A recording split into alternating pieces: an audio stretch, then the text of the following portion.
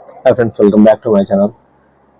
CSK Rajasthan royal మ్యాచ్లో CSK ఓడిపోయిన తీరు అసలు ఇంత ఘోరంగా ఓడిపోతుందని సిఎస్కే ఫ్యాన్స్ కూడా అనుకోలేదు. అసలుకి చాలా బాధపడినారు. సిఎస్కే ఓడిపోయినందుకు కాదు, సిఎస్కే ఇంత ఘోరంగా ఓడిపోయినందుకు చాలా అంటే చాలా బాధపడినారు ఫ్యాన్స్. అసలు రాజస్థాన్ రాయల్స్ టీము అదే పిచ్ మీద సూర్యవంశీ జస్ట్ 15 ఏళ్ళ పిల్లోడు అసలు ఆ షాట్స్ ఆడుతున్న నిజంగా ఇదే పిచ్ మీద ఎందుకు చెన్నై వాళ్ళు బ్యాటింగ్ ఆడలేకపోయారని అనిపించింది. ప్రస్తుతం టోటల్ టాప్ ఆర్డర్ మొత్తం అంతా ఫెయిల్. ఒక్క ఓవర్టన్ తప్ప, ఓవర్టన్ మాత్రమే 43 రన్స్ కొట్టినాడు. అసలు మిగతా అందరూ ఫెయిల్. అసలు ఓవర్టన్ 43 రన్స్ కొట్టకపోయింటే మ్యాచ్ స్కోర్ 80 రన్స్ వస్తుండే సిఎస్కే వాళ్ళది. చాలా అసలు దారుణం. అసలుకి ఒక బ్యాట్స్మెన్ ఆడకపోవడము, ఒక Chennai Super Kings legend team ఇంత తక్కువ స్కోర్ చేస్తుందని. అది ఫస్ట్ మ్యాచ్. ఫ్యాన్స్కి అయితే చాలా అంచనాలు ఉన్నాయి చెన్నైకి ఈసారి వేస్తే, కానీ వాళ్ళు ఈ స్కోరు కొట్టడం అంటే చాలా ఫ్యాన్స్ అర్థం అసలుకి. మెయిన్ ధోని లేకపోవడము, మ్యాచ్ని ఒక విధంగా ఆడబీకపోవడము. ధోని తెలుసు మనకి ఎంత బాగా కీపింగ్ చేసుకుంటూ వెనకాల ఓవర్స్ చేంజ్ చేసుకుంటా ఎలా ఆడిస్తాడో, కానీ తక్కువ స్కోర్ అయినా కానీ డిఫెండ్ చేసుకుంటాడు ధోని.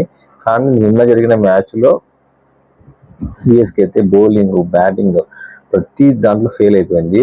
రాజస్థాన్ రాయల్స్ టీం అయితే మాత్రము నిజంగా వాళ్ళు ఆడిన బ్యాటింగ్ అసలుకి, నేను నిన్న మ్యాచ్ చూడడానికి మెయిన్ కారణము సూర్యవంశీ బ్యాటింగ్ అనమాట. జస్ట్ 15 years పిల్లోడు అసలు బౌలింగ్ వేసే వాళ్ళు చెన్నై వాళ్ళు నిజంగా చాలా షేమ్గా ఫీల్ అయ్యి ఉంటారు. ఎందుకంటే ఈ 15 years పిల్లోడితో మేము 4లు 6లు కొట్టించుకుంటే ఎట్లా, మేము ప్రతి ఒక్కరు మేము 20 years పైన ఉన్నారు, పిల్లోనితో మేము పిల్లోనికి మా బౌలింగ్ లో షాట్స్ కొడుతుంటే అసలుకి వాళ్ళకి కొంచెమా లోపల అనిపిస్తుంది, పిల్లోని అవుట్ చేయలేకపోతున్నామే అన్న ఉద్దేశంతో. అసలుకి సూర్యవంశీ బౌలింగ్ బ్యాటింగ్ అయితే మాత్రం ఎక్సలెంట్. అసలుకి ఒకటేసారి దండయాత్ర చేస్తున్నాడు బౌలర్స్ మీద. ఏ పిచ్ అయినా కానీ ఒకటే ఎదురుదాడి, అంతే. సూర్యవంశీ ప్లాన్ ఏం లేదు, ఒకటే ఎదురుదాడి. ఏ బాల్ అయినా కానీ ఓవర్లో ఒక 4 or 6 కొట్టాలి ఆ పిల్లోడు అని నిర్ణయించుకొని గేమ్ ఆడుతున్నాడు. అసలు 15 బాల్కి ఆప్షన్స్ కొట్టేసినాడు.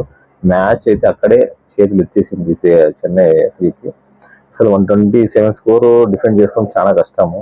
అది అసలు ఈ సూర్యవంశీ అయితే అవుట్ అయింటే ఏమన్నా కొంచెం ఏదో హోప్ ఉండేది. కానీ యశస్వి జైస్వాల్ అయితే లాస్ట్ వరకు ఉన్నాడు. బాల్ టు బాల్ అన్నాడు, బాగా నీట్గా అన్నాడు అనమాట. చాలా మంచి ప్లేయర్ అన్నాడు. అసలు ఇద్దరు చాలా బాగా అన్నారు. అసలు నిన్న మ్యాచ్లో చాలా బాధ అయిన విషయం ఏమంటే సిఎస్కే ఓడిపోవడము, అంత ఘోరంగా ఓడిపోవడము. ఫ్యాన్స్ అయితే చాలా బాధగా ఉన్నారు. కొన్ని ఫేస్బుక్లో వీడియోస్ చూస్తుంటే చిన్నపిల్లలు ఏడుస్తున్నారు వీడియోస్ చూసి, చెన్నై ఓడిపోతుందంటే. ఇంకా స్టార్టింగ్ మ్యాచే, ఇంకా చాలా మ్యాచ్లు ఉన్నాయి. కానీ పిల్లలు కదా వాళ్ళకి, ఒక చిన్నపిల్లలు చాలా లైక్ చేసే టీం ఒకటి RCB, next CSK, next MI. ఈ 3 టీంలు చాలా మంది చిన్నపిల్లలు లైక్ చేస్తారు. ఎందుకంటే ఆర్సీబీలో కోహ్లీ ఉన్నాడు, ముంబైలో రోహిత్ శర్మ ఉన్నాడు, సూర్యకుమార్ యాదవ్ ఉన్నాడు.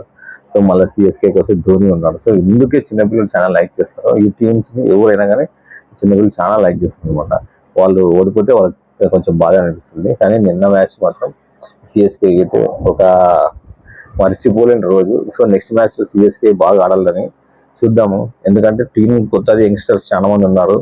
సో బౌలర్స్ కూడా అంతగా మంచి బౌలర్స్ అయితే టీంకి అయితే లేరు.